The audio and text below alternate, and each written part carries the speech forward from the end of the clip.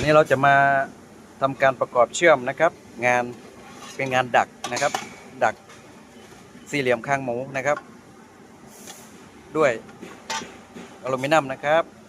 เราจะไปต่อเข้ากับโบเวอร์นะครับมอเตอร์นะครับ มาดูกันเลยครับดูกันเลยครับ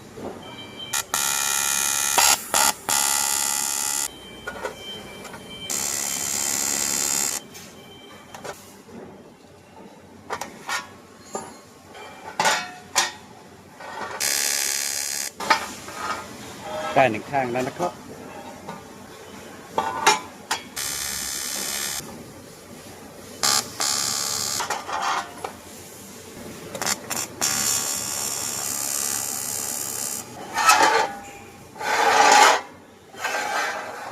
ได้แล้วนะครับหนึ่งด้านด้านที่สองนะครับ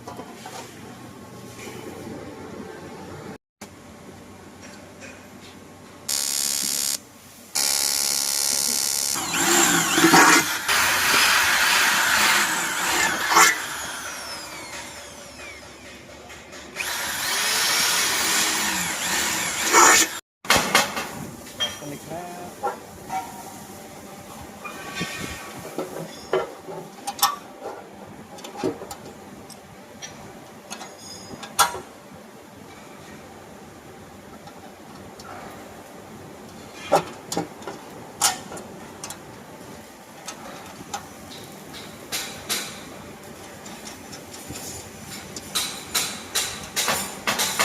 เสร็จแล้วนะครับ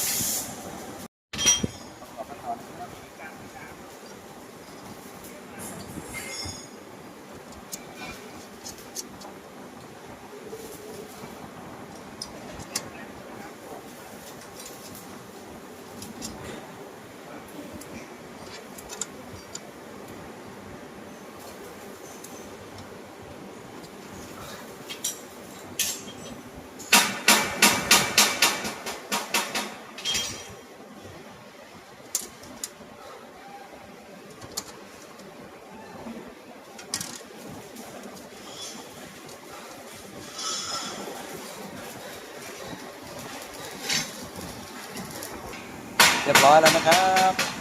งานวันนี้นะครับพบกันใหม่คลิปหน้านะครับฝากเป็นกำลังใจให้ช่องพอดินแมนนี่ชาแนลด้วยนะครับ